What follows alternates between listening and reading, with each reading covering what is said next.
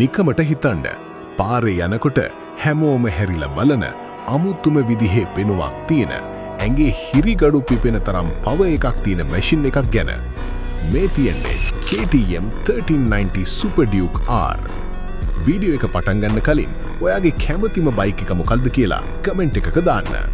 KTM ලා තමන්ගේ 2005 දී හඳුන්වා දුන් 990 Super Duke එකෙන් Super Duke ගමන පටන් ගත්ත අතර Duke ලොව ආරම්භුනේ 1994 දී.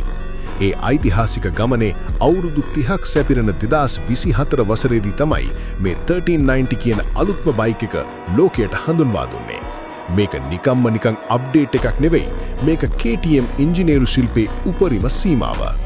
මේ බයික් එකේ හાર્ට් එක වෙන්නේ අලුත්ම 1350cc LC8 V-twin එන්ජින් එක. මේකෙන් 190 HP එකක පවර් එකක් වගේම 145 Nm එකක ටෝක් එකක් ජනනය කරනවා. ඕනෑම ගියර් එකකදී ඔයා ඇක්සලරේටර් එක කරකවන ඕනෑම වෙලාවක මේක ඉස්සරහා රෝදේ උඩට උස්සන්න බලන්නේ. මේ පවර් එක පාරට දෙන්න තියෙන්නේ සුපිරි 6-ස්පීඩ් ගියර්බොක්ස් එකක්. ඒකට PASC ස්ලිපර් ක්ලච් එක සහ KTM ලාගේ ක්වික් ෂිෆ්ටර් ප්ලස් සිස්ටම් එක ටෙක් පැක් සමග එකතු වුණාම ක්ලච් එක අල්ලන්නේ නැතුව ගියර්ස් මාරු කරන්න පුළුවන් හරිම ස්මූත් විදිහට. මේක පදිනවා කියන්නේ රොකට් එකක යනවා වගේ වැඩක්. අලුත් කෑම් ෂිෆ්ට් ටෙක්නොලොජි එක නිසා අඩු වේගයකදී වගේම වැඩි වේගයකදීත් එක වගේම පවර් එකක් ලැබෙනවා.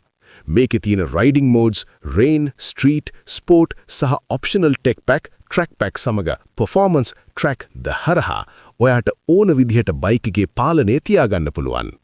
බයික් එක පාලනය කරන්න ඉස්සරහට සහ පස්සට තියෙන්නේ WP Apex suspension. විශේෂයෙන්ම EVO version එකේ තියෙන semi active suspension පාරේ තත්ත්වයේ අනුව ක්ෂණිකව වෙනස් වෙනවා. බ්‍රේක් ගැන කිව්වොත් ලෝකේ හොඳම Brembo Stylema monoblock calipers තමයි මේකට පාවිච්චි කරලා තියෙන්නේ. මේ වගේ එකක් පාලනය කරන්න නම් grip එක තියෙන්නම ඕනේ. ඒ නිසාම Michelin Power GP tires සහ සැහැල්ලු alloy wheels මේකට පාවිච්චි කරලා තියෙනවා. මේක කෝනර් එකකට දානවා කියන්නේ ඇදහිය නොහැකි තරම් ලේසි වැඩක්. ලීටර් 4.5ක ටැංක් එකක් මේකට තියෙනවා. ඉතින් මොකද හිතන්නේ මේ බයික් එක ගැන? හෙට වීඩියෝ එකට ඔයාලගේ සජෙෂන් කමෙන්ට් එකකින් දාගෙන යන්න. Safe ride!